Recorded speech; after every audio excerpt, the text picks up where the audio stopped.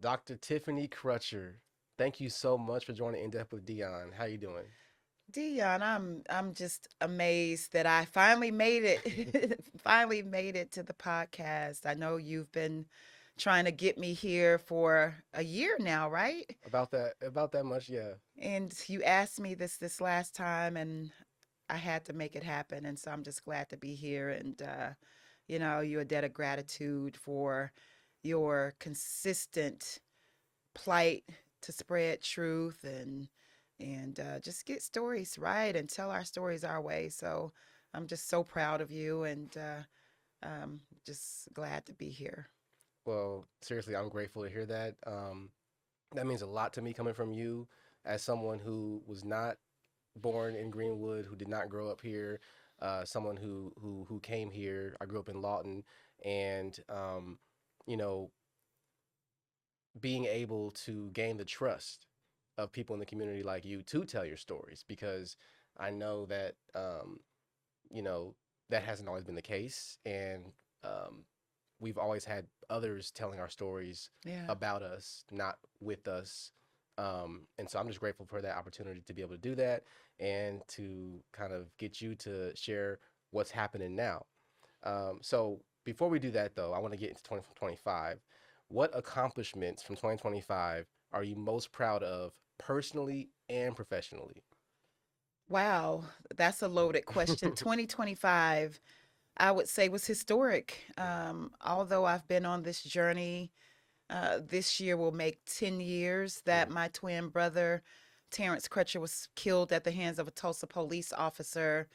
2025 was historic because we started to shift how we talked about that tragic moment, and we started to focus on what we've built mm, over the past decade. And I believe that what we've built uh, and what we continue to build moving forward will outlast the moment that took Terrence's life from us.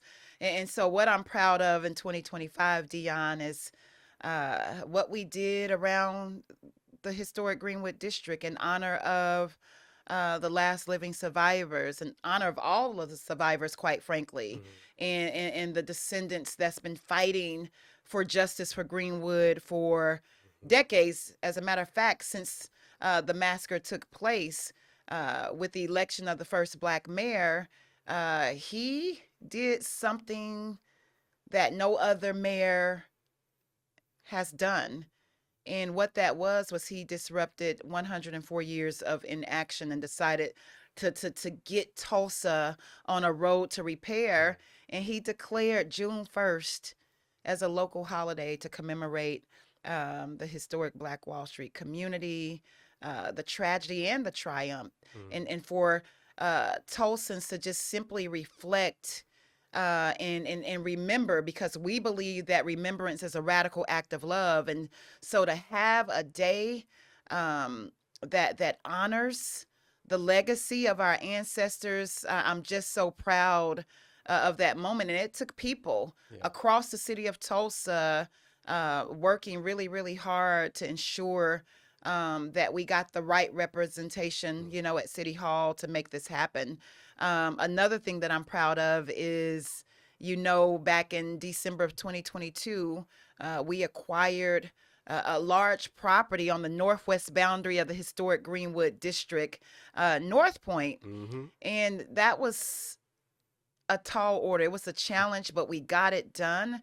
And for a Black led organization, a descendant led organization, a family that's born and bred in North Tulsa, for us to be able to acquire that property on behalf of community and figure out a way to build or rebuild Black Wall Street was nothing short of miraculous.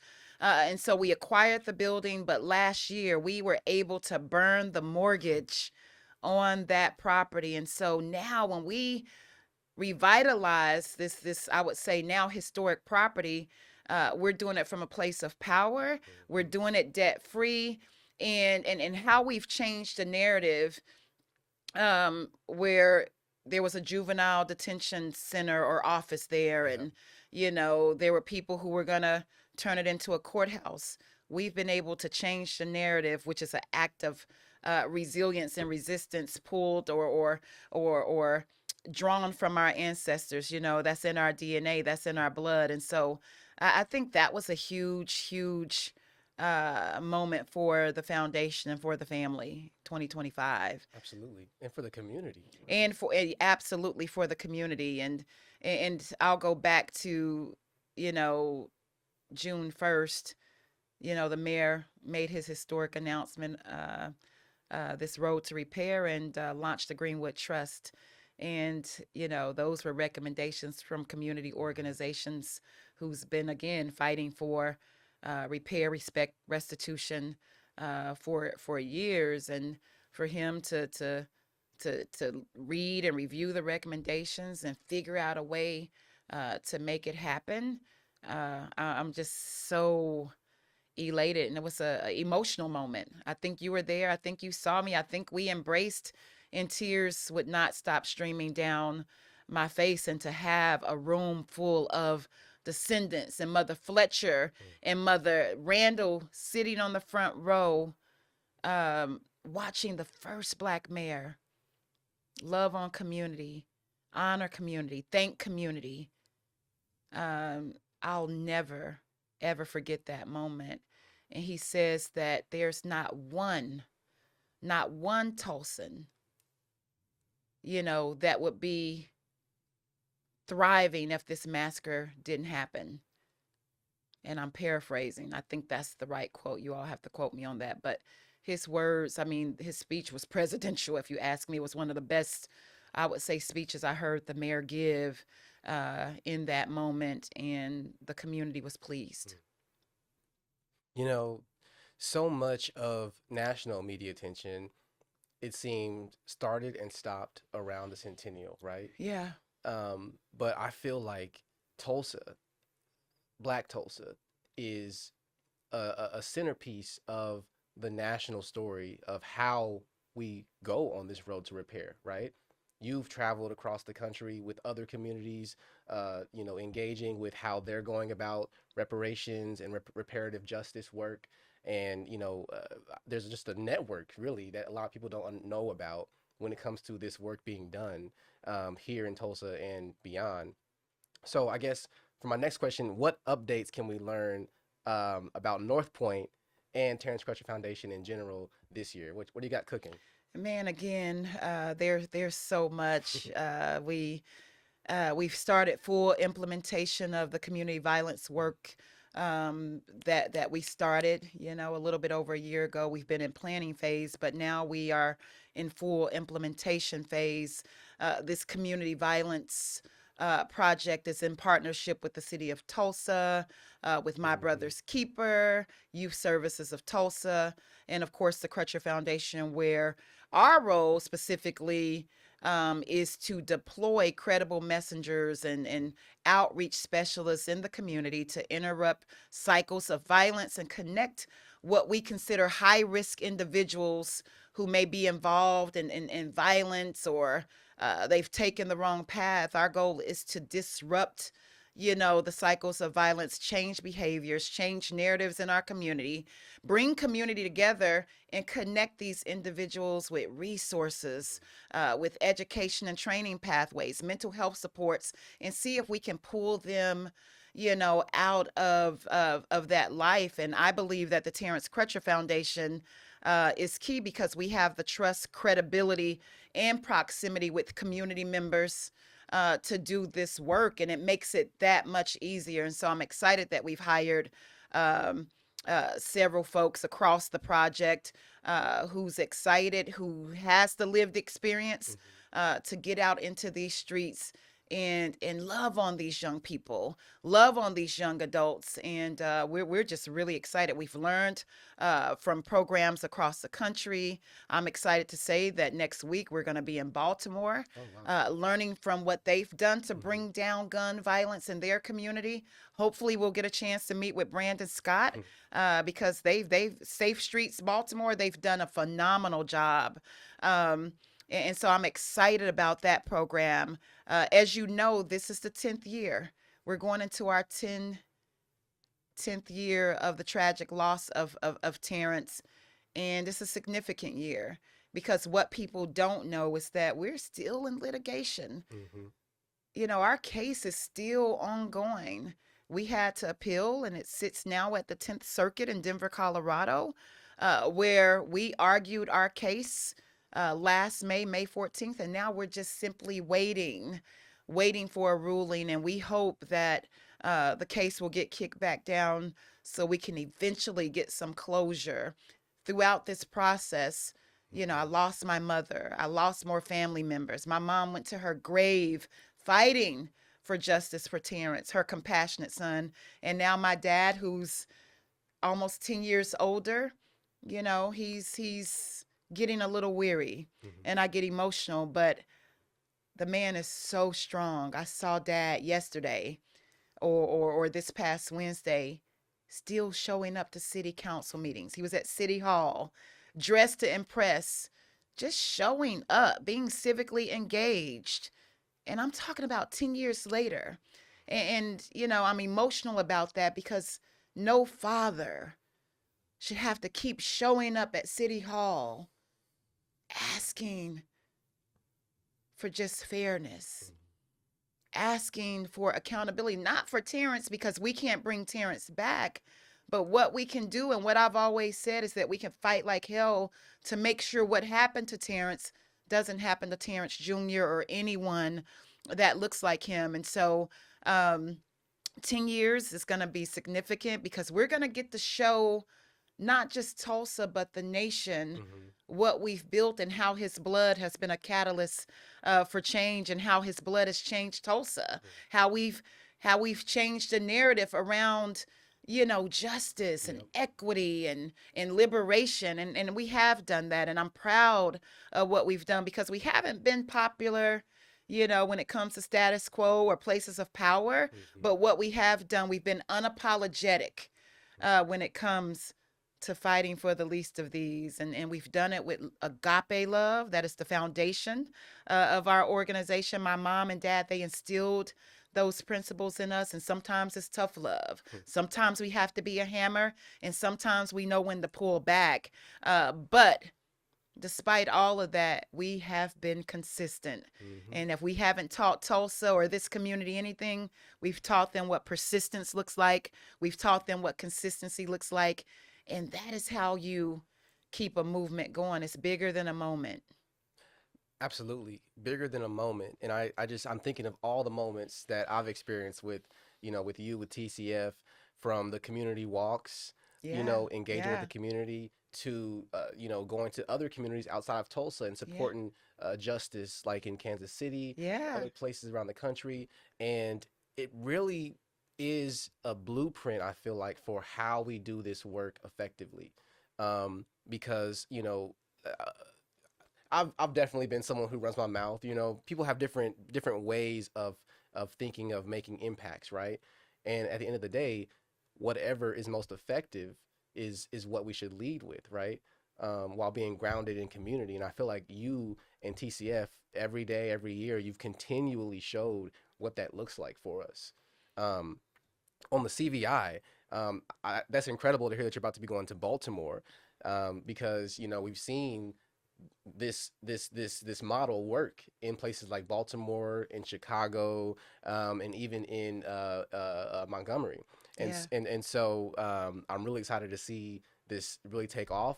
I know, of course, last summer we had a string yeah, of unfortunate shootings that really put uh, gun violence in the spotlight. Here in Tulsa, and it's really easy for people in positions of power to want to think of, okay, well, what's the quick fix to yeah, this, right? yeah. How do I make the businesses and the people feel safe, as opposed to what's actually going to address the root cause?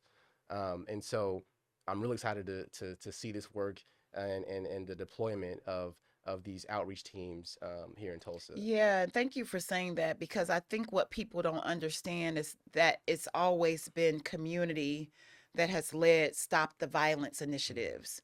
You've seen us for years, even in the 80s and the 90s, stop the violence, stop the violence. And it's been us who's led that work. And so I don't think it's going to be anything different from what we've done. You've seen pastors show up at shooting scenes and pray. You've seen the corner store workers say, "This is what I saw," and you've seen people show up and communities show up at hospitals. So I don't think this is going to be different. And I always say that whenever there's a community crisis, it requires a community response, and we have to lead with community. And that's what this is all about. It's not about punishment.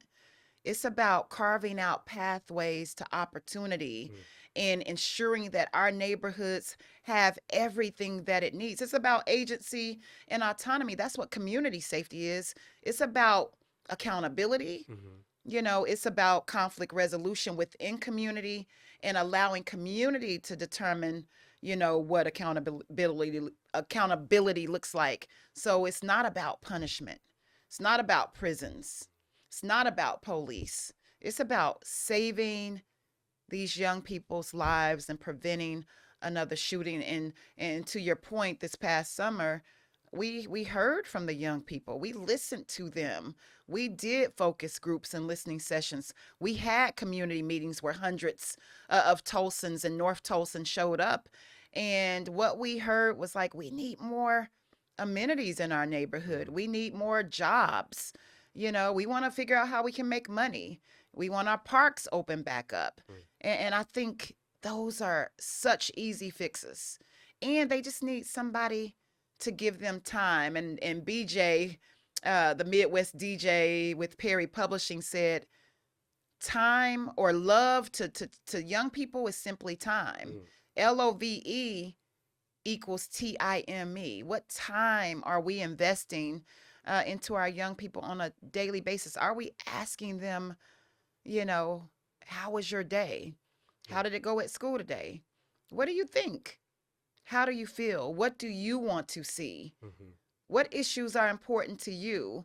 And I think we've tried to do that. We've tried to create youth initiatives. You've seen our Teach program, which is our high dosage literacy program, where we brought Black educators out of retirement.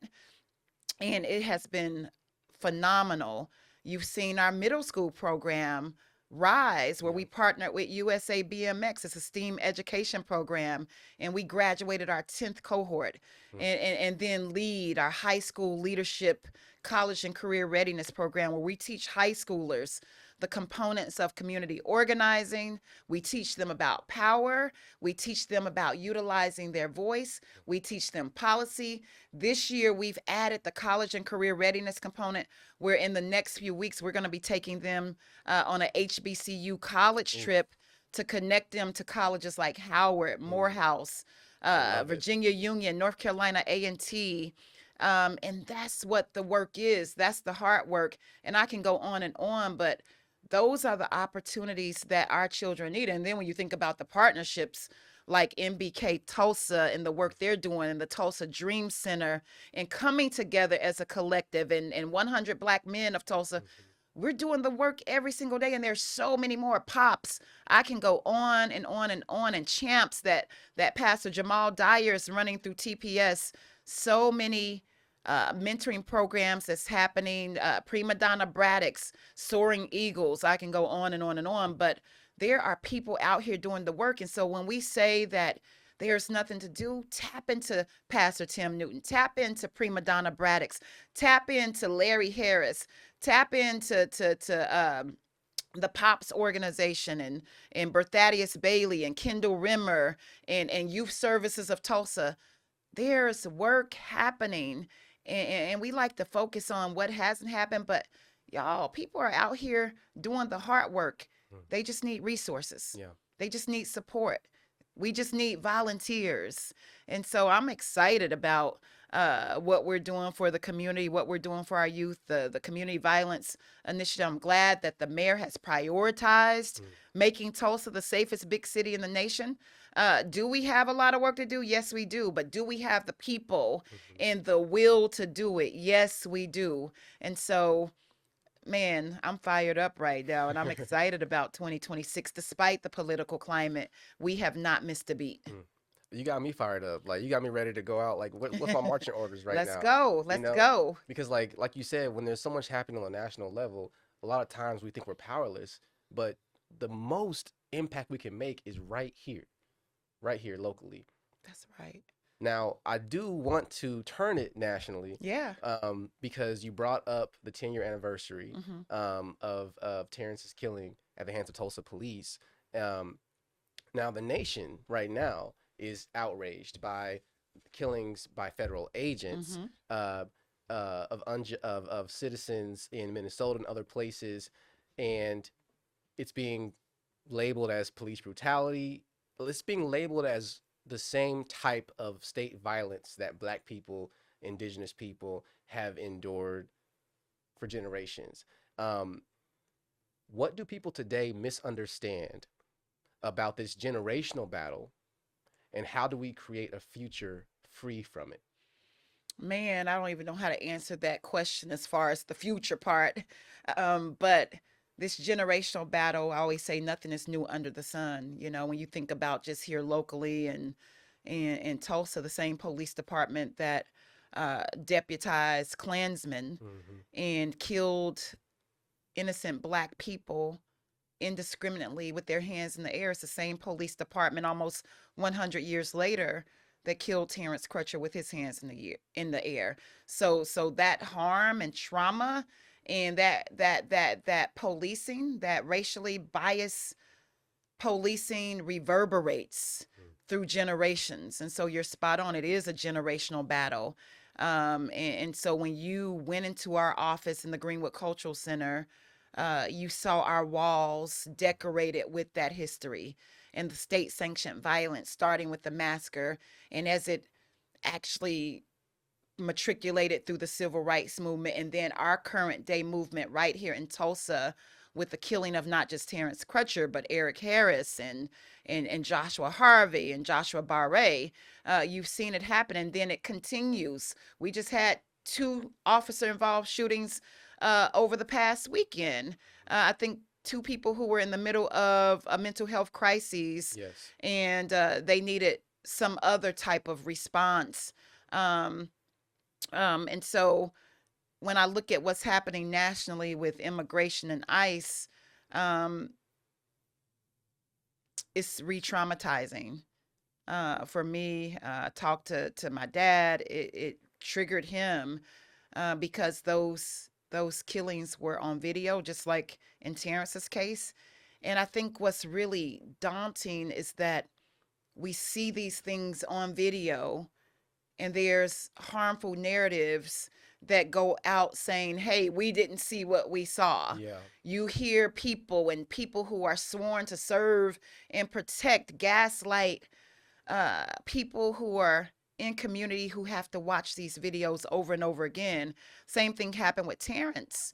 You know, we saw what happened. We heard the police officers in the helicopter say, he looks like a bad dude. We saw him with his hands up. People didn't know that Terrence couldn't even hear in his right ear. People didn't know that Terrence had a prosthetic eye. And because of the bias that took place and the training or lack thereof, instead of giving him the help that he needed, he received a bullet. And so this isn't new to us. But when I think about Minneapolis and Minnesota and what the community and the people have done, I'm inspired. Mm. I'm inspired. I mean, they've just had so much happen, and I've taken note and I've learned lessons from them. And I remember just these last few shootings with Renee Good and Alex Prady, I think that's his name. Mm-hmm. You know, I was asking people, what should we do? How can we help? And what we did was because we were snowed in and iced in and planes were grounded and we couldn't get to Minnesota, we decided to do something. As Michelle Obama says, just do something. And so we wrote a letter to our Oklahoma delegation to ask them to freeze funding, you know, and we got about over 1,000 signatures and close to 48 hours, 2 days, across Oklahoma, and even some national signatures. And what I heard today, just today is February the 12th, I believe, that Minnesota immigration enforcement surge ends as Congress is deadlocked over DHS funding. Mm. And that's because people just did something across the nation. And so I'm proud of the engaged and activated Oklahomans who decided to use their voice through signing a petition. And we got to stay activated as we go into election cycle and midterms to ensure that we preserve our democracy that's slipping away right before our very eyes. Mm. That's a whole word. That's a whole word. And I was actually born in Minneapolis. Wow, I didn't know that. Yeah, I moved down to Lawton when I was 10. I didn't realize that my granny's from Bartlesville. So I've always had roots in Oklahoma, but I never experienced Oklahoma until I moved down here. And so now my granny, my dad, and some cousins, they live up in Minneapolis, Hopkins, outside of Minneapolis. You look like a Minnesota guy. I don't know what that means, but well, we don't get as much sun up there. Okay, I'll say that. But it's inspiring as well, and to see the reaction from people down here in Oklahoma, Mm-hmm. getting the inspiration and doing something with it. Yeah, I think that's what it comes down to, yeah, for sure. you know. Absolutely. But you talked about preserving our democracy, and I want to talk about someone whose life I don't even know how to explain Mother Fletcher Mm. when it comes to the significance of her life on not just Greenwood, Tulsa, Oklahoma, but the nation, the world. She's inspired people across the world. She passed away in November at 111 years Mm. old. At that time, the oldest living survivor of the Tulsa Race Massacre. You oversaw Mother Fletcher's celebration of life, which I gotta say, like, okay, let me.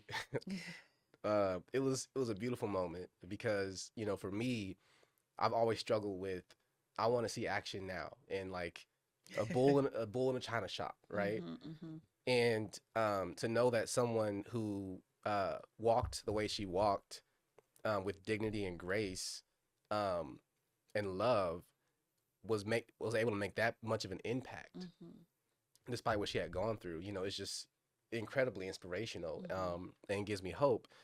Can you talk about your experience? You were one of the people that was there for her last moments. Can you talk about that experience? Yeah, I mean, just listening to you talk about her grace and dignity, I get a little bit emotional because she fought to the very end for some type of restitution, Mm. repair, respect. I had the privilege to travel with her to DC and testify alongside her and watch her historic testimony where the world had the opportunity to bear witness to her story. And she was so clear and so lucid, and so all of the survivors that I experienced, they hold such a special place in my heart. And I'm reminded of Eddie Faye Gates, Mm. who was the gatekeeper and the guardian of these survivors while they were still here in their stories. And I felt like I wanted to channel my inner Eddie Faye Gates and love on these survivors and protect the survivors and make sure that they are centered, not status quo, not power structures, not philanthropy, not the city of Tulsa, you know, not people coming to exploit um, their name and this story because we've made it to 100 years, but to center them and their stories and their plight. And so, um, being at her bedside the last few days, I got a call from her grandson, Ike, and he told me that the doctor said she had 5 days to live. And me being a person of faith, I've heard those words before with my mom who Mm. died of COVID in 2021. I started praying. And I said, I know that Mother Fletcher is a fighter. I just celebrated her 111th birthday in May, and we sung happy birthday. And at the end, she yelled out, and many more. Mm. And I said, surely this isn't true. And so I immediately went to the hospital and found myself there, you know, over those past 5 days. I think it was 4 days. That was Friday. I think she passed away on a Monday. But I had the opportunity to talk to her that Friday. She was alert. Demario Solomon Simmons and Mia Fleming was there with me. Presented her with a yellow bouquet of flowers. That was her favorite color. She enjoyed them. She smiled. I massaged her scalp. I moved her legs around, and she said, "Oh, it felt good." And it was my opportunity to serve her Mm. one last time as we visibly watched her transition.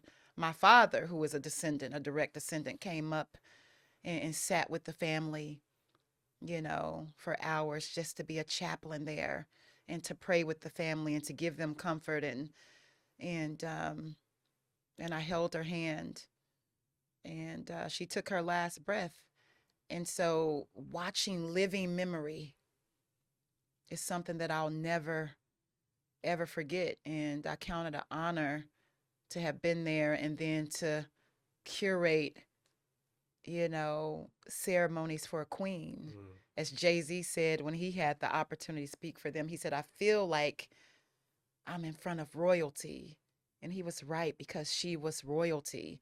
And so I wanted to portray that through this memorial, horse and carriage, Mm. all white. I wanted it to be angelic, African drumming, you know, ember lights, it was just beautiful.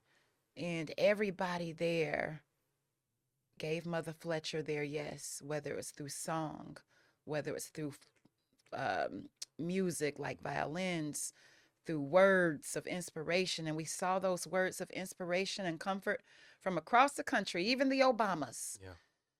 and so that just shows the impact that her life had on the world. And now we have Mother Fletcher, Mother Randall, excuse me, who's 111 years old, who's, you know, continuing to keep up the good fight. I get a chance to go and sit with her and, have dinner and just watch her eat and talk about old times. People don't know that, but I do that because that's my girl. We restored her home when she was 105 years old because that was her request. And she said, I want to look pretty and I want my home restored. And the community came together and did just that. And it reminded me of the ancestors in Greenwood who rebuilt with the help of 50 other black townships when the policy violence ensued and they couldn't file their insurance claims and they couldn't buy building supplies. So they had to solicit the help of the 50 other black Mm. townships. And they came together. And that moment reminded me when Mother Randall asked, will you restore my home? And I solicited the help of the community and people from all over. And we did that, even though justice hadn't been served and reparations hadn't been given. It was community who came together. It's that founding principle of community love that came together and did that for her and made her feel like a queen in that moment. And so I'll say this, I have the huge opportunity to preserve their stories. I partnered with a company out of New York called Storyfile, where we were able to document and do oral Oh histories wow. and interview them. And so you will be able to sit down in front of Mother Randall and Mother Fletcher long after they're gone Mm. and talk to them through augmented reality, that technology, and go into these rooms and ask them questions, and they'll be able to Oh talk my back. And goodness. so that will be one of the features in North Point with our welcome center and memorial that we're naming after Hughes Van Ellis. Mm. The family gave us their blessings, the Hughes Van Ellis Memorial and Welcome Center located at Greenwood North Wow. at North Point. And so we're going to continue to honor the lives of the survivors, not just the last three, but all of the survivors Mhm. that went to their graves, rally crying for justice for Greenwood. And I'm excited and honored to do the work in my great grandmother's name, Rebecca Brown Crutcher, um, um, who had to flee in fear of her life back in 1921 when this took place. And so, again, not only are we doing the work of disrupting policy violence with Mm-hmm. the Crutcher Foundation or strengthening communities, by disrupting communal violence, but we're also honoring the legacy of our ancestors and doing the incredible work of remembrance, which is a radical act of love. And there's so much more that we're doing, but we want for people to know that, um, again, if you just simply use your voice, if we just simply come together as a community, there's nothing too big for us. There's nothing that we can't accomplish, even during this time. I hear you. I can't wait. I can't wait um, for the grand opening, for the vision to be Yes. actualized, for people Mhm. to see what you've all have Yeah. seen for years. Yeah. Last question. How do you find peace in a world of chaos? Please, please let me know. I love this question. I've been asked this question over the last several months with all of the chaos. And it seems like every system is collapsing at the same time. But living in a state like Oklahoma, where we've had to deal with a plethora of issues and we've had to be at the forefront of so many things, it's not different. It's just that all of the systems are collapsing at one time. Mm, That's the difference. Whether it's the educational system, whether it's the attacks on DEI, whether it's hyper policing, the erasure of resources, like the mm-hmm, cuts at the state around mental health, mm-hmm, healthcare. I mean, I can go on and on and on. You name it. We've seen all systems collapse at one time under this current administration. But how do I find peace? I believe that in the midst of chaos, you find community. mm, Martin Luther King said, chaos or community. And we've learned to pull from community and find opportunity in the midst of collapse and chaos. We're finding new allies to organize with. mm, That hypes me up because now there's new people getting angry because they finally see it. They saw what happened in Minnesota. They see what's happening to our children, in the school systems where 40% of our kids are Latinx. You know, they're seeing their neighbors afraid to get up and go outside of their houses and go to church and go to school and go play. And so that's making people angry. And it's something has to make you angry. There has to be a fire burning in your belly for you to say, it's time for me to get up and do something. mm. And so we found a lot of those unlikely allies in the midst of collapse because now it's affecting their everyday lives. And I believe that we all have so much more in common than not. Those bread and butter kitchen table issues, we all care about what happens to our finances. We all go to bed concerned about our health and our children and our safety. And so now let's figure out how we come together and create those alliances and do something about it, block by block, Mm. neighborhood by neighborhood, city by city. And you're right, it starts at the hyper local level, and that's what we've done. That's been our strategy. In the midst of chaos, we found community. And that's what brings me peace, is pulling on that community love that our ancestors exemplified to build the most prosperous economic enterprise during Jim Crow. They did it in the midst of chaos and collapse. Yeah. And if they can do it in the midst of chaos and collapse, so can we. And so that's what gives me peace because they've done it. We have no choice but to do it because we stand on their shoulders. And in the soil of the historic Greenwood District where I sit right now, there is hope and there is still life. And there are children who deserve to have a future free from violence and harm, which is the mission of the Terence Crutcher Foundation. I envision that one day Terrence Jr. will be able to truly walk outside free Mm. and not be pulled over when he gets his driver's license because of the color of his skin. I dream that one day he'll be able to get his own apartment and sit on his sofa and eat a bowl of ice cream and not be gunned down like Mm. Botham John.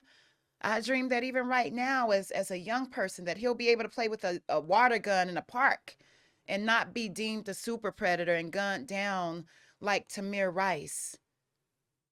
This work gives me peace because he is my why.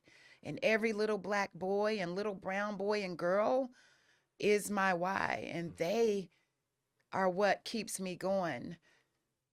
They are what keeps me going. And so that is what gives me peace, knowing uh, that there's an organization out there fighting for our future and doing the hard work. Mm.